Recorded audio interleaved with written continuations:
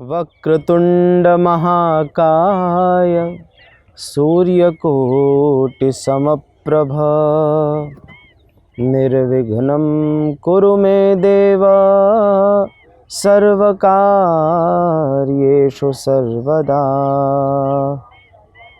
श्री कृष्णाय वासुदेवाय हरये परमात्मने प्रणतक्लेशनाशाय श्री गोविंदाय नमो नमः। मंगलमूर्ति मारुति नंदन सकल अमंगल मूल निकंदन बंदौ राधा पदरज पावन श्याम सुसेवित परम पुण्यमया त्रिविध ताप बिन सावन। बंदौ राम लखन बैदेही जे तुलसी के परम सनेही। बोलिए श्री राधा रानी सरकार की जय, श्री वृंदावन धाम की जय, श्री जमुना महारानी की जय, सब संतन हरिभक्तन की जय, श्री बांके बिहारी लाल की जय। आप सभी का श्री भक्तमाल के इस नवीन श्रृंखला में स्वागत। जैसा कि आप अभी की अन्य श्रृंखलाओं में श्रवण कर रहे थे कि भक्ति क्या है और भक्ति के पथ में यदि हमें अग्रसारित कोई कर रहा है या फिर हम अग्रसर हो रहे हैं तो किन किन बातों का महत्व होता है। सर्वप्रथम हमें शिक्षा और उसके बाद दीक्षा। शिक्षा ना भी हो लेकिन दीक्षा अत्यंत आवश्यक है, सद्गुरु अत्यंत आवश्यक है। तो इस प्रकार से भक्ति का मार्ग प्रशस्त होता है। तो कभी कभी भक्तों के जीवन में ऐसी विलक्षण घटनाएं घट जाती हैं उनके पूर्व जन्म के संस्कार के माध्यम से या फिर भगवान के कारुणिक हृदय के कारण कि उनके जीवन में सद्यः परिवर्तन हो जाता है। आप सभी भक्तों के चरित्रों में ये ध्यान अगर दें तो सबसे बड़ी विशेषता आपको दिखेगी कि भगवत कृपा या संत कृपा उसमें बड़ा ही आवश्यक होता है और उसकी सबसे बड़ी भूमिका होती है। अभी तक आप लोगों ने भगवान के सबसे प्रिय माला भक्तमाल में उन महापुरुषों के पावन चरित्र का श्रवण किया जो वृंदावन में बसे रमे थे। लेकिन आज मैं आपको एक ऐसे परम पावनी चरित्र का श्रवण कराने वाला हूँ जो कि राजस्थान के भूमि से तो आई किंतु वृंदावन में रम गई। ब्रजराज का आस्वादन, ब्रजराज के उस परम सौंदर्यामृत रस का आस्वादन कर लिया और ब्रजरज में ही अपने जीवन को समर्पित कर लिया। उनकी दिव्य चरितावली है। राजस्थान जहाँ की मिट्टी भी चंदनवत कही जाती है और पूरा राजस्थान अनेक अनेक क्षेत्र, पूरे राजस्थान में ऐसे अनेक क्षेत्र हैं जहाँ के दिव्य संतों का आगमन श्रीधाम वृंदावन में हुआ है। उन्हीं में से एक हैं करमैती बाई। करमैती बाई के विषय में आप लोगों का यदि ध्यान चला जाए तो जीवन में कभी भी किसी भी कठिनाइयों में भगवान का ध्यान आपके मन मस्तिष्क से नहीं हटेगा। ऐसा भाव है, दृढ़ मति हो जाएगा, क्योंकि इनकी ऐसी उत्तम चरित्रावली ही है। करमैती बाई एक ब्राह्मण परिवार से थी। राजस्थान में जयपुर के पास खांडेल सरदारों के राजपुरोहित थे उनके पिता श्री परशुराम जी, और उनकी एक पुत्री जिसका नाम करमैती बाई था। बाल्यकाल से ही उनका मन भगवान में स्वभावतः लग गया। किसी ने कोई प्रेरणा नहीं दी, मानो कि पूर्व जन्म से उन्होंने भक्ति संचित करके तब अपने आप को प्रकट किया हो। भगवान श्रीमद् भगवद गीता में कहते हैं कि अर्जुन, बहुत से जन्म तुमने व्यतीत किए हैं और बहुत से जन्म हमने, लेकिन उन सारे जन्मों के विषय में मैं तो जानता हूँ पर तुम नहीं जानते।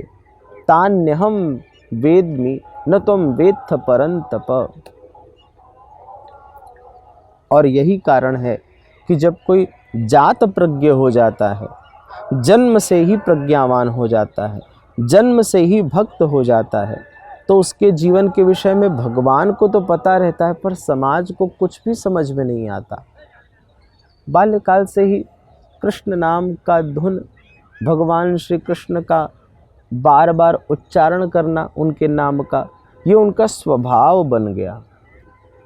अब चूँकि ब्राह्मण परिवार की थी तो बड़ा गर्व अनुभव करते उनके पिताश्री, कह रहे हमारी पुत्री तो भगवत भक्ति में बहुत अच्छी है। किंतु धीरे धीरे वो उनके दुख का कारण बनेगा ये नहीं समझा था। क्यों? क्योंकि जब एक बार भक्त को परमानंद का रसास्वादन हो जाता है तो उसको संसार की अन्य चीज़ें फीकी लगने लगती हैं। जैसे आप कोई भी दिव्य भोजन कर लेते हैं और उस भोजन के समकक्ष वही भोजन कम अच्छी तरह से आपके सामने प्रस्तुत की गई हो, यानी उसका स्वाद उससे कम हो, तो आपको वो फीका लगता है कि जैसा वो बना देता है यह भोजन, वैसा शायद ये नहीं बन पाया है। जो भी बनाए, आशय ये है समझाने का कि जब एक बार परमानंद की प्राप्ति हो जाती है तो ये सांसारिक जितने भी विषय हैं ये सब फीके लगने लगते हैं। उसके आनंद के आगे कुछ भी अच्छा नहीं लगता, ऐसा दिव्य आनंद। इसीलिए देखो, शास्त्र कहता है कि वर्षा की बूंद तब तक बूंद रहती है जब तक वह समुद्र में न मिल जाए। जैसे ही वर्षा की बिंदु सिंधु में मिलती है तो वो भी सिंधु हो जाया करती है। वही स्थिति एक भक्त की भी होती है। करमैती बाई को पूर्व जन्म के ऐसे संस्कार थे कि जन्म लेते ही वो महासागर परमानंद सच्चिदानंद घन स्वरूप श्याम सुंदर के उस सौंदर्यामृत में अवगाहन करने लगी थी। उनके पिता को काफ़ी रोष हुआ। क्यों? धीरे धीरे घर से विरक्ति होने लगी उन्हें। उनके उस स्वभाव का आकलन करके उनके पिताजी ने यह निर्णय किया कि शीघ्र ही इनका विवाह तय कर लिया जाए। घर में बैठी रहती, कभी कभी हा नाथ हा नाथ हा नाथ करके रुदन करने लगती। बाहर कहीं जाती तो अरे मेरा घनश्याम, अरे मेरा घनश्याम। कहीं काले बादलों को भी देख लिया तो पुकारना प्रारंभ कर देती थी। ऐसा स्वभाव हो जाता था। जैसे भक्तों के चरित्र के विषय में भक्तमाल और भागवत में एक स्वभाव का प्रतिपादन किया गया है कि वो कभी भी रोने लगता है, रुदति कश्चित हसति कश्चित, कोई हंसने लगता है, कोई रोने लगता है। भगवान के उस सौंदर्य का जब जब स्मरण होता है तब तब वह जिस भाव में स्मरण करता है उस भाव में वो बह जाता है। वो यही नहीं देखता कि वर्तमान समय का माहौल क्या है, वो तो सिर्फ अपने भगवान को ही देखता है। लोगों ने उन्हें मंदमती और पागल घोषित करने लगे, जो आसपास के लोग थे, कि आपकी बिटिया अब अपने मन मस्तिष्क को अपने नियंत्रण में नहीं रख पाती। परशुराम जी का निर्णय हुआ विवाह का। करमैती बाई जी को पता चला, बहुत दुखी हुई, क्योंकि उनका यह मानना था कि जिस शरीर को हमने श्याम सुंदर को समर्पित कर दिया है उस शरीर पर और किसी का अधिकार कैसे हो सकता है। किंतु भक्त हमेशा विनम्र और विनीत होता है। भक्तों, भक्ति रूढ़िवादिता का नाम नहीं है, भक्ति स्वतंत्रता का नाम है। संत स्वतंत्र होता है, भक्त स्वतंत्र होता है। भगवान की भक्ति करने में उसकी कोई बाधा नहीं होती। हृदय खुला होता है, खिला होता है, स्पष्ट होता है, निर्मल मन होता है। अंतरात्मा में, मन में, वचन में कोई भेद नहीं होता। विनम्रता इतनी कि अपने पिताश्री को मना न कर पाई, किंतु अंदर ही अंदर इतना ज़्यादा रोष और इतना ज़्यादा कष्ट कि जैसे मानो कोई उनका दम ही घोट रहा हो। रात्रिकाल में श्याम सुंदर से आज्ञा लेती है कि क्या भगवान, मैं आपको अपना जीवन दे चुकी हूँ, अब मुझे किसी और को भी देना पड़ेगा। देखिए कितनी विलक्षणता है। भक्त हमेशा अपने भगवान से अपनी हर बात कहता रहता है। जीवन में हम सबको यह प्रेरणा लेनी चाहिए। आज हमें कोई कष्ट होता है तो हम सलाह लेते हैं, कभी मौन होकर अपने आराध्य का स्मरण करके क्या उनसे हमने कोई परामर्श किया?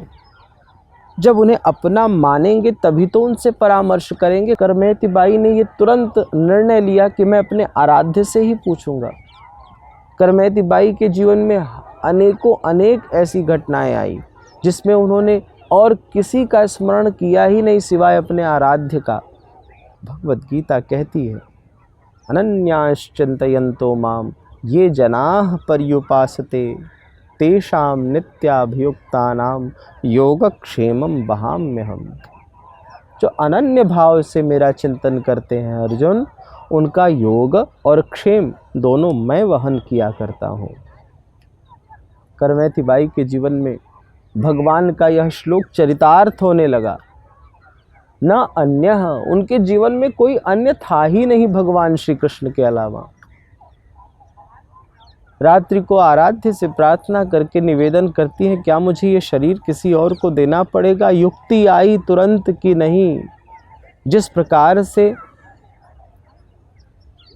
बाली के पुत्र अंगद ने पिता को छोड़ दिया, जिस प्रकार से रावण के भाई विभीषण ने अपने भाई को छोड़ दिया, जिस प्रकार से पिता को छोड़ दिया ध्रुव ने, प्रहलाद ने, इसी प्रकार से मैं भी अपने जीवन में अपने सारे संबंधों को छोड़कर एकमात्र परमानंद सच्चिदानंद घन स्वरूप भगवान श्री कृष्ण को ही लक्ष्य बनाकर आगे बढ़ूंगी। सर्वधर्मान परित्यज्य मामेकं शरणं व्रज। जब भक्त के अंदर भगवान का वह आनंद स्वरूप प्रकट होने लगता है तो अनेक जन्मों के कृत बंधनों के कारण प्राप्त जीवन तुच्छ लगने लगता है, क्योंकि उसके सामने वो विषय वासना के रूप में दिखाई देते हैं। कर्म बंधनों के कारण शरीर बद्ध तो जीव हो जाता है, पर सांसारिक समस्त जितनी भी घटनाएं हो रही हैं उन सब को वह मिथ्यावत देखता है। भ्रांति है यह सब, मिथ्या है यह सब, ऐसा मानने लगता है। इसीलिए सुख में उसको बहुत ज़्यादा आनंद नहीं होता और दुख में उसे कोई कष्ट नहीं होता, क्योंकि भगवान की बनाई हुई इस सृष्टि को वह लीलावत देखता रहता है। युक्ति आई कि मुझे घर से निकल जाना चाहिए, मुझे भी गृह त्याग करना चाहिए, और रातों रात ही उठ के वह चली गई। महाराज, छोटी सी बालिका, तत्कालीन समय में बाल विवाह की ही परंपरा थी। मुश्किल से उनकी आयु 6 से 7 वर्ष रही होगी और वो घर से निकल पड़े। हृदय कांप जाए इतनी छोटे बच्चे को, और कहाँ जयपुर, कहाँ वृंदावन, और उन्हें वृंदावन जाने की ऐसी दृढ़ लालसा हुई कि बस भागती ही रही रात्रि भर। प्रातः काल हो गया, कितनी दूर आ गई पता ही नहीं चला। सूर्योदय हुआ, भगवान सूर्य में भी भगवान श्री घनश्याम का सुंदर छवि देखते हुए वहीं बेहोश होकर पड़ गई। थक गई थी इतना, छोटी सी बच्ची। इधर परशुराम जी सुबह उठ के देखते हैं तो उनकी बालिका नहीं है, उनकी बिटिया नहीं है। तो राजपुरोहित थे, तत्काल जाने के लिए सब प्रेरणा देते हैं। मन में तो वो समझ चुके थे कि मेरी बिटिया में किसी भी प्रकार का कोई दोष नहीं है और वो ज़रूर अपने श्याम सुंदर से मिलने की लालसा में निकल गई है, क्योंकि उसका तन मन सब कुछ अब श्याम सुंदर का ही हो चुका था, ब्रजराज का ही हो चुका था। लेकिन घर वालों के दबाव में उन्होंने जाके राजपुरोहित होने के कारण अपने राजा से यह बात कही कि हमारी बिटिया कल से घर पे रात के बाद सुबह से दिखाई नहीं दे रही है। राजा ने तुरंत आज्ञा दी कि भाई जाओ और उनको ढूंढ के लाओ। अब जितनी दूर वो रात भर भाग के पहुंची थी, घोड़े तो तत्काल पहुंच गए। उनकी बेहोशी भी देखो, मूर्छा भी देखो। मूर्छित अवस्था में भी वह यही देख रही थी कि कहीं मुझसे कोई श्याम सुंदर से दूर न कर दे।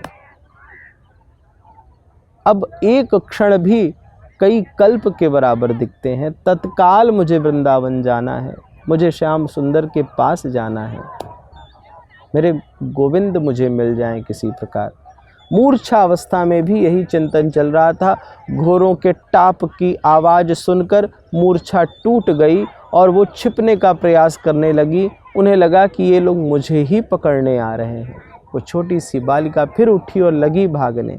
देखा बड़े बड़े वृक्ष थे, मैं चढ़ नहीं पाऊंगी, फिर और दूर भागने लगी।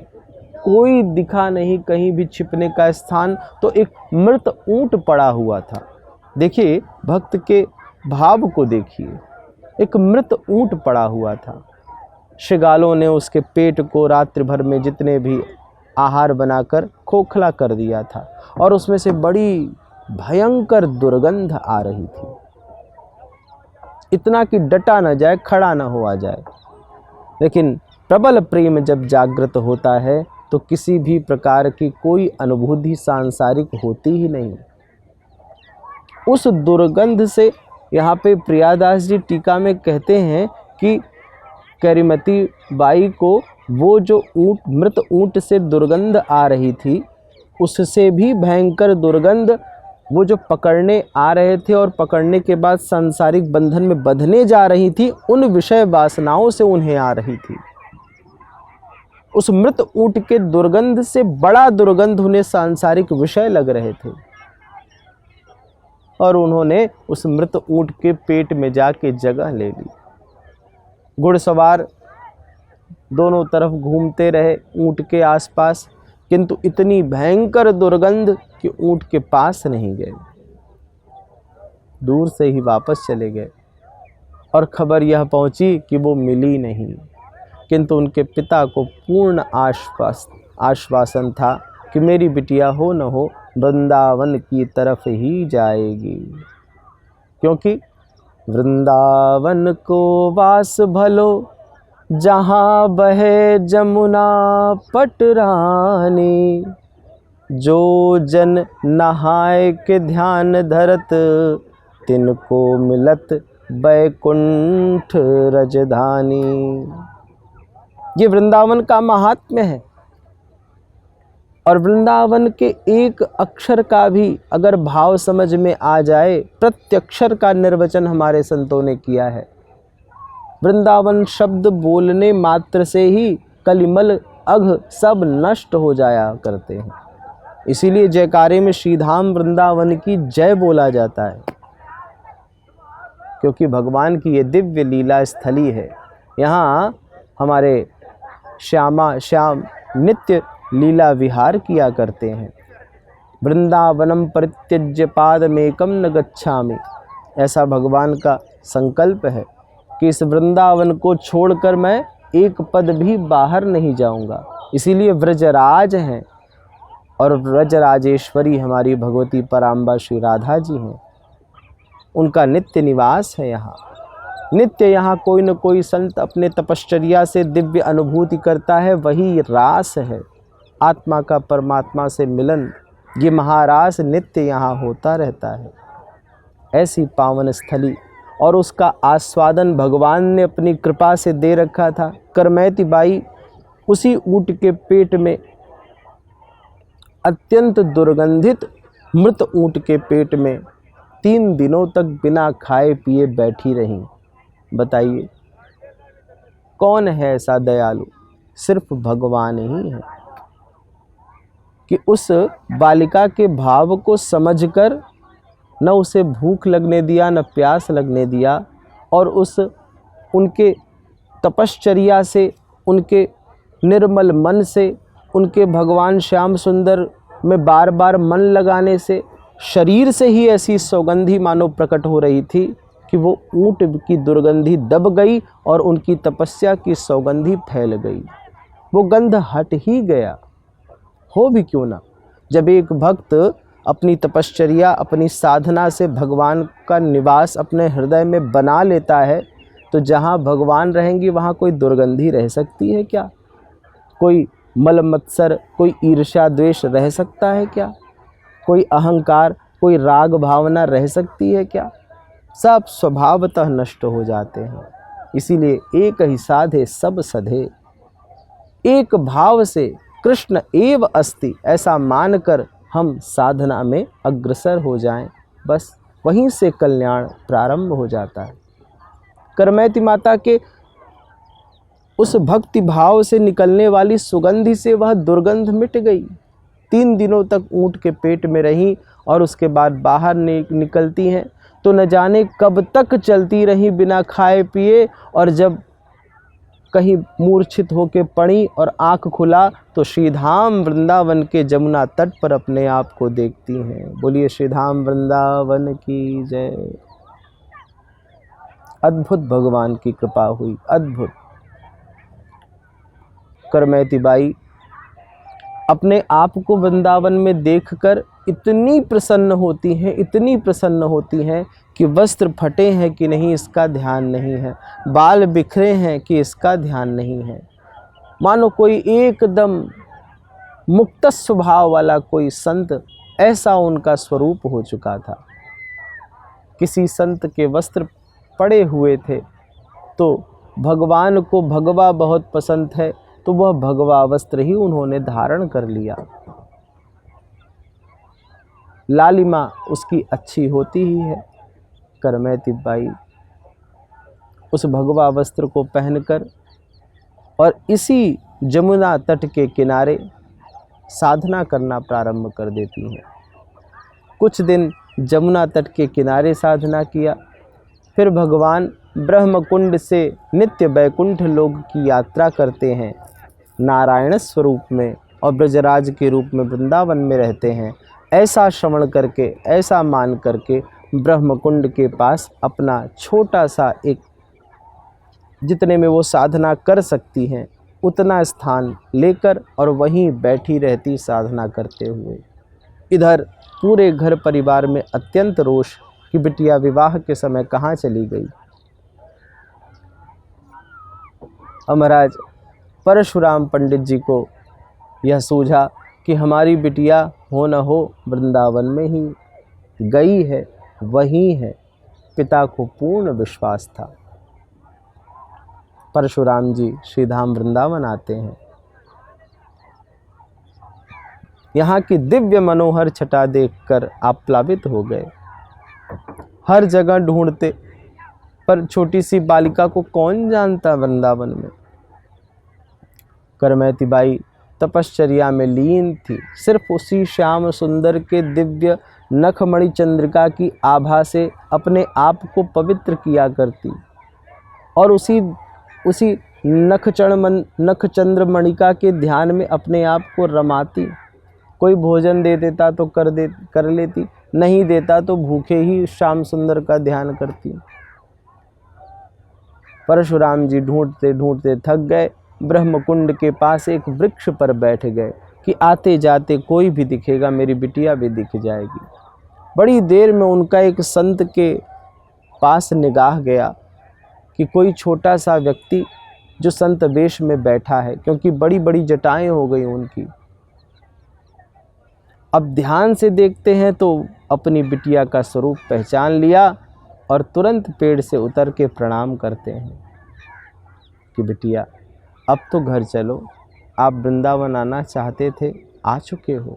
तो यहाँ करमैती बाई का उत्तर सुनिए आप। उन्होंने कहा, पिताजी मैं तो ब्रजराज के पास आकर अपने सारे सुध-बुध खो चुकी हूँ और उनके सौंदर्यामृत सागर में डूबकर मर चुकी हूँ। अब मरा व्यक्ति कहीं जाता है क्या? आप यही जानो कि मैं भगवान के चरणाश्रय में जो भक्ति का सागर है उसमें डूब गई हूँ, और उस सागर में डूबने के बाद कहाँ कोई बाहर निकल पाता है। वो तो मर गया, भगवान का ही हो गया। ये उत्तर था उनका। कहने का ये आशय है कि एक बार भगवान ने उस परम सुख का आपको लवलेश मात्र भी प्रदान किया तो सोई जानहि जेहि देव जनाई, जानत तुमहि होई जाई, सोई जानहि जेहि देव जनाई। वही जान सकता है जिसे भगवान बताना चाहते हैं, और ब्रह्मविद ब्रह्मैव भवति। करमैती बाई भगवान की हो चुकी थी, और ऐसा श्रवण करके सजल नेत्रों से प्रार्थना करते हैं, प्रणाम करते हैं, राजा का आवाहन करते हैं। उनके खंडेल, जहाँ के वो राज पुरोहित थे परशुराम जी, वहाँ के शेखावत राजा भी आते हैं वहाँ पे, और महाराज वो भी उनसे निवेदन करते हैं कि आपको चला जाना चाहिए अपने घर, आपको अपने घर चलना चाहिए, आपको अपने घर चलना चाहिए। लेकिन वह नहीं मानती हैं, और उनके उस दिव्य स्वरूप को देखकर भक्तों वो राजा भी भक्त हो गया, श्याम सुंदर से प्रेम करने लगा। यही भक्त की सबसे बड़ी चेतना है। जिस प्रकार से चंदन का वृक्ष अपने आसपास के वृक्षों में भी अपनी सौगंध प्रदान कर देता है, उसी प्रकार से एक शुद्ध और उत्तम भक्त अपने आसपास के लोगों में भी भक्ति का आधान करने लगता है। इसीलिए सत्संगति कथय किम न करोति पुंसाम, सताम संगति। सज्जनों की, संतों की संगति हमें क्या क्या नहीं प्रदान कर देती भक्तों। राजा भी भक्त बन गया, पिता तो भक्त थे ही। करमैती बाई के उस दिव्य स्वरूप को देखकर दंडवत प्रणाम करता, और उसके बाद बहुत निवेदन करने पर वहीं ब्रह्मकुंड के पास उसने थोड़ी सी स्थान प्रदान किया कि आप साधना के लिए ये स्थान सुनिश्चित कर लें। उनके बार बार निवेदन करने पर उन्होंने हामी भरी, और हामी भरने के बाद राजा ने वो भूमि प्रदान की, और ब्रह्मकुंड के पास करमैती बाई का आज भी छोटा सा स्थान विद्यमान है। उनकी तपश्चर्या, साधना स्थली हम सबको प्रेरणा देती है कि श्रीधाम वृंदावन कोई सामान्य धाम नहीं है। अगर आपके अंदर भक्ति का एक भी चिंगारी विद्यमान है तो वह ज्वाला बनने में यहाँ देर नहीं लगेगी। तो ऐसे करमैती बाई के चरणों में हम सबका दंडवत साष्टांग प्रणाम, और वह हम सबको आशीर्वाद दें कि हम भी अपने भक्ति के मार्ग को प्रशस्त कर सकें, और भक्तों के चरित्र का बार बार श्रवण करके श्याम सुंदर के उस भक्ति सागर में अवगाहन करते रहें, जिससे जीवन के पथ पर हमें किसी भी प्रकार की कोई कठिनाई हो तो वो हमारी ना हो, वो हमारे आराध्य की हो जाए, और जीवन में किसी भी प्रकार का हमें सुख मिले तो वो हमारा ना हो, हमारे आराध्य का हो जाए। हमारा क्या रहे, सिर्फ श्याम सुंदर मदन मोहन ब्रजराज। आप सभी को जय श्री कृष्ण। बोलिए श्री धाम वृंदावन की जय, सद्गुरुदेव भगवान की जय, गैया मैया की जय, जमुना मैया की जय। जय जय श्री राधे श्याम।